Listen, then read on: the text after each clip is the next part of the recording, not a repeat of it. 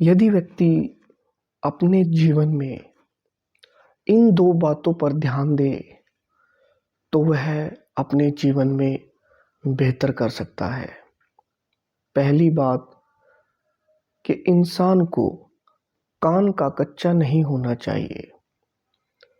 सुनी सुनाई बातों पे विश्वास ना करें।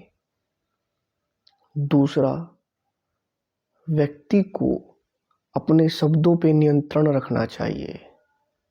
कहने का मतलब है कि गरीब अमीर का फर्क ना समझते हुए सबको मान सम्मान देना और सबकी अपनी जो गरिमा है उसका ध्यान रखना।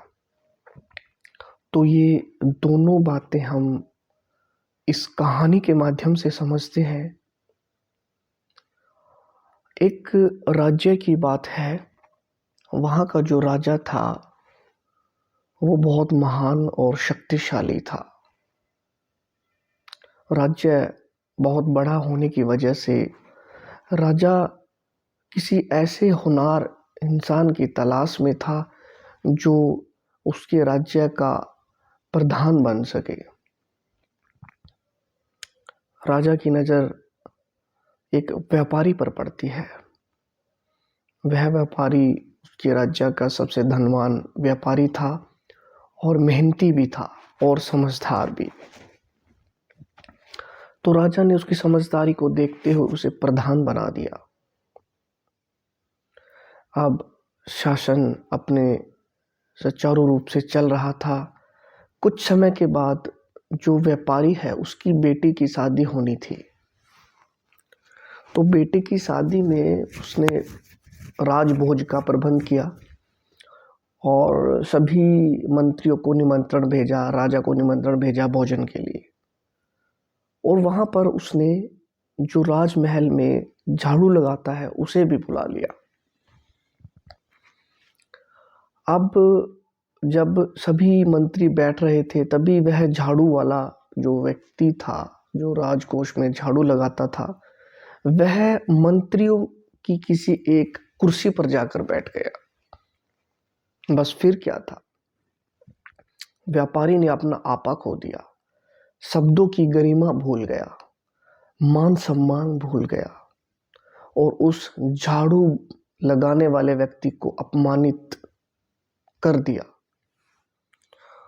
और उसको अपने जो घर से है भगा दिया। अब उसको जो झाड़ू वाला था उसको अपमान महसूस हुआ। उसने इसका बदला लेने की ठानी कि वह इसका सबक उस व्यापारी को जरूर सिखाएगा। समय बीत चुका था। कुछ वर्षों के बाद अब उस झाड़ू वाले के पास एक अवसर उसे दिखाई दिया। एक दिन शाम का समय था। राजा अपने राजमहल में जो है बैठे हुए थे और झाड़ू वाला सफाई कर रहा था। सफाई करते करते वह झाड़ू वाला बड़बड़ाने लगा कि जो व्यापारी है, क्या वह है जो रानी होती है उससे प्रेम कर सकता है? इस तरह से बड़बड़ाने लगा और राजा ने वह सुन लिया। राजा ने पूछा कि तुम क्या कह रहे हो व्यापारी के बारे में? उसने कहा, राजा जी मैं तो ऐसे ही बड़बड़ाता हूँ। बहुत बार मैं दिन में जब रात को नहीं सोता हूँ तो मैं बड़बड़ा लेता हूँ, ऐसे बड़बड़ा लेता हूँ। तो उस वक्त तो राजा ने उस बात को इग्नोर कर दिया, लेकिन थोड़ी देर के बाद उसके बारे में सोचा कि व्यापारी कुछ गलत कर रहा है। तो राजा ने व्यापारी की जो शक्तियां हैं उनको कम करना शुरू कर दिया। अब जब व्यापारी महल में आता तो उसके साथ व्यवहार बदल गया थोड़ा सा। और एक दिन ऐसा हुआ कि जब व्यापारी राजमहल में अंदर जा रहा था तो बाहर खड़े हुए सैनिकों ने उसे रोक लिया और अंदर जाने से मना कर दिया कि राजा का आदेश है।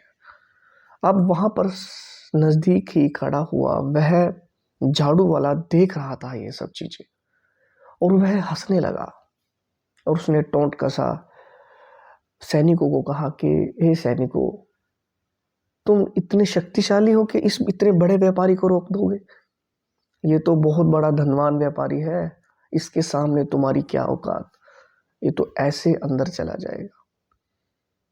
अब व्यापारी समझ गया कि मैंने इस झाड़ू वाले का अपमान किया था और आज इसने इसका बदला लिया।